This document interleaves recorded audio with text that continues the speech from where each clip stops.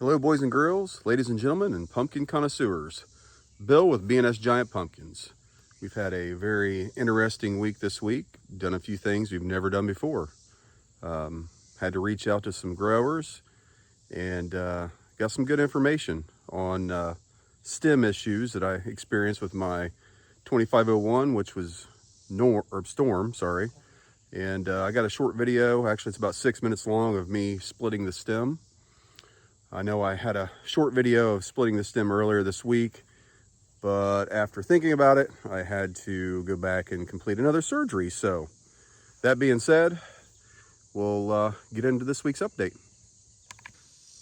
All right, guys, the area that was damaged by the wind over here is kind of stood back up. I've had to take a couple things out of that, but it's doing pretty good. This is Norm, or 2501. You can see some real green leaves, or light green ones back there. It's new stuff that's growing that I keep going out and cutting out. Same for this side. Pretty much filled in finally on the left side of the pumpkin. Right side still has some real estate. I do have some new secondary growth, which I'll let grow that direction, not this direction. I got a little vine bearing to do, but the plant's doing good. I'm going to spray tonight with some fungicide, but other than that, this is Norm. Norm's coming in, or he's taping, I should say, around 800, 885, I think, today. He's a big guy. Can't really see him real that well. Guess I could uncover him a little bit more. He has been growing pretty good. He's a little bit longer than the 2501, a little blockier. I do have to pull him here in a little bit. I've had to pull at least once or twice a week on these pumpkins. Stem looks good on this one, no problems. If you could even get in here to see it. No problems with the stem on this one. It's getting a little tight, but what I'm concerned about is that little bit of kink right there. It was that way already because I had positioned the vine when I had a pumpkin behind there. So that kink pretty much stays there, but I do need to pull him out a little bit more. Yeah, he's a rascal. I wish you could really see how big he was. I mean, he's only 885, but he's pretty big. I set my water bottles up every night, about 1 inch away from the pumpkin, and that gives me an idea, or tells me it's at least growing the next day. So that's real quick on Norm. Day 40 today. Everything's going good, knock on wood. But it's time to start thinking about preventative measures and really get on top of the fungicide, keep the powdery mildew and downy mildew down. So that's what we're doing today. Hang tight, guys. We'll go check out Storm. All right, guys, we're approaching Storm's lair, or his compound, so to speak. His plant looks terrible. Not because of disease or insects. There's nothing out here. I mean, this side looks really good. Plants filled in all the way back through here. But on the left side of this is complete and utter devastation. I've had to go in and cut stuff out. I've got new stuff growing. I can't get it on the ground, but I'm cutting the tips off once they get a couple leaves on them, just to help back the plant up, or the pumpkin up. Finally got this secondary growth a little bit, about 6 foot of it. It's a little light. I'm gonna have to go through and hand water that, I think. But enough with the plant, right? I did have to add in, I don't know if you can see that hook down there. The eye bolt I had in there just about snapped off on me. So that's a 10,000 pound hook, like you'd put on your truck or something. I have it on both pumpkins, so when I pull, I feel a little more secure. I don't want to get my legs cut off if that come along cable snaps or it breaks out of the wood.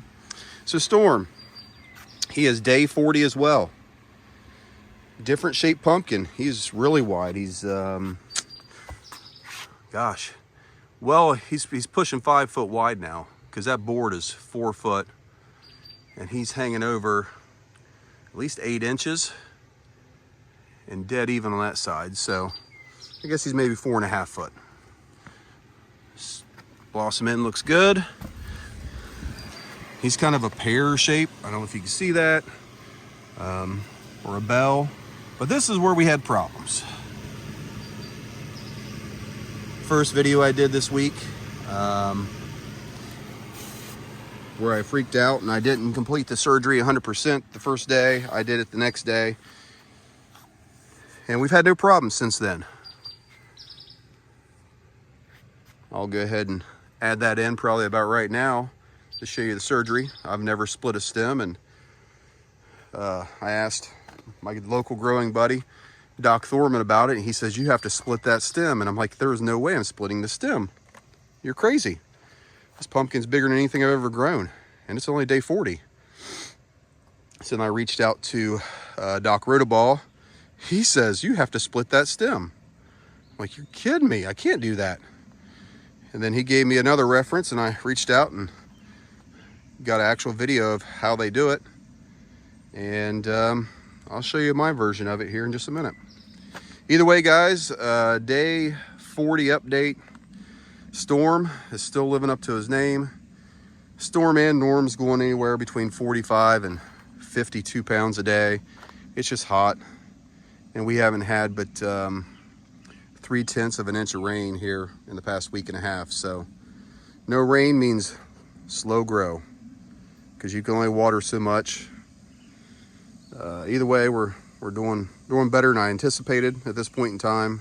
Hopefully we can keep the growth up. I won't get too much more long-winded on this, but just because that video of me splitting the stem was 6 minutes long. But if you can see,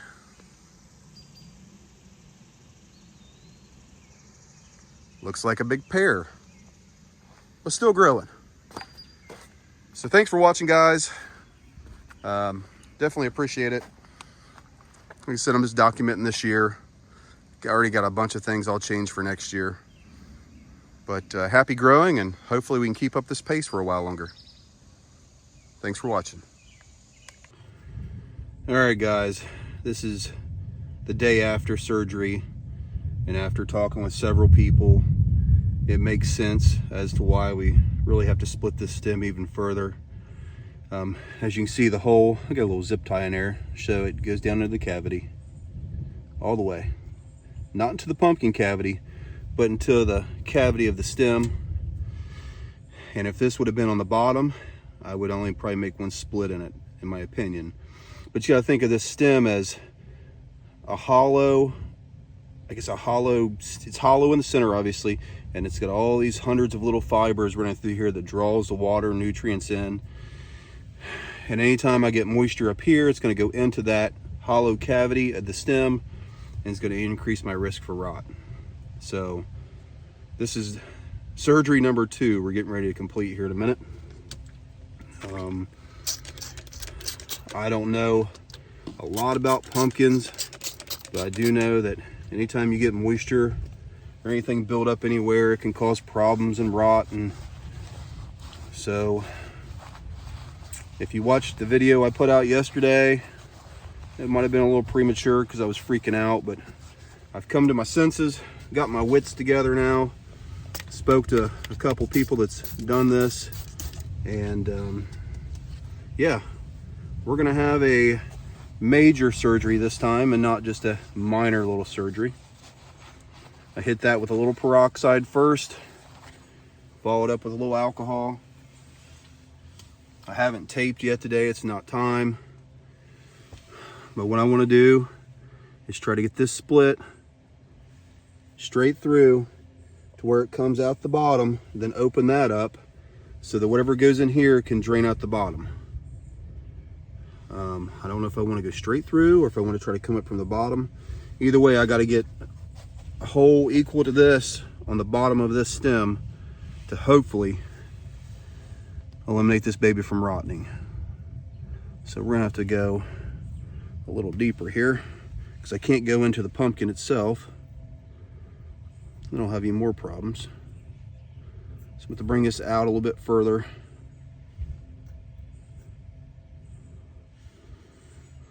They recommended using a fillet knife because it's a little bit thinner.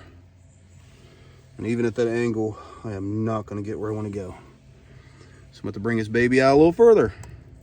Yay, it hurts. It hurts. Not what I want to do to my pumpkin.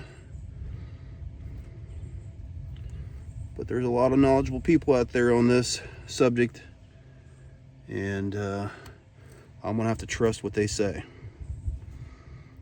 So we're cutting through this baby. I'm all the way into the hollow part. I think I can shove it through now. And I'm going to do it without hitting the pumpkin. I'm back about 1.5 inches away. Come on, baby. Oh man, where's it at? It's not even coming out yet.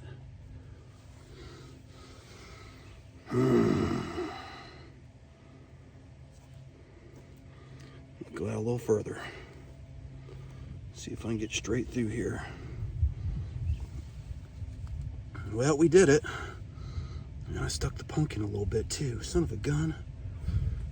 All right. We are through and through. I barely hit the pumpkin, but man, this is nerve-wracking.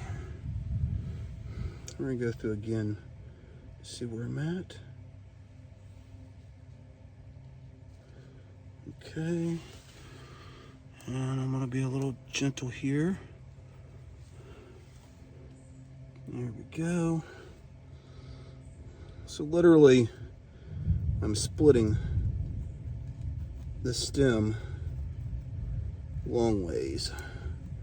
So to not disrupt any more little veins or whatever you want to call them, to allow drainage out of the bottom of that hollow tube.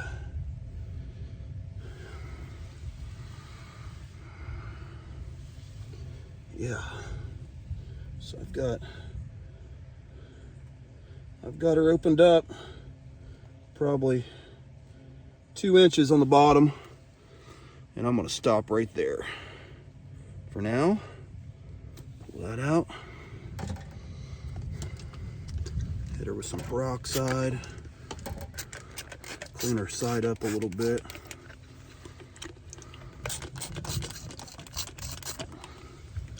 Get down here. I got some juice rolling out. Get out of the way for a second, buddy. Got some juice rolling out, but not too much.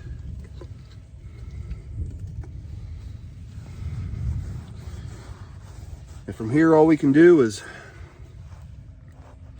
cross our fingers, keep an eye on it. A little alcohol too. Might as well use whatever we got. Keep this fan just ripping on this thing to hopefully dry it out, let it heal up, and see where we're at. They say I should split up here a little bit too onto the pumpkin and make cross reliefs. I'm gonna keep an eye on it, see if this cures it. I'm not gonna do that yet. Either way, guys, that's Pumpkin Surgery 101. My first time doing this. Hopefully it works. If not, then I guess I'm out of pumpkin. Thanks for watching.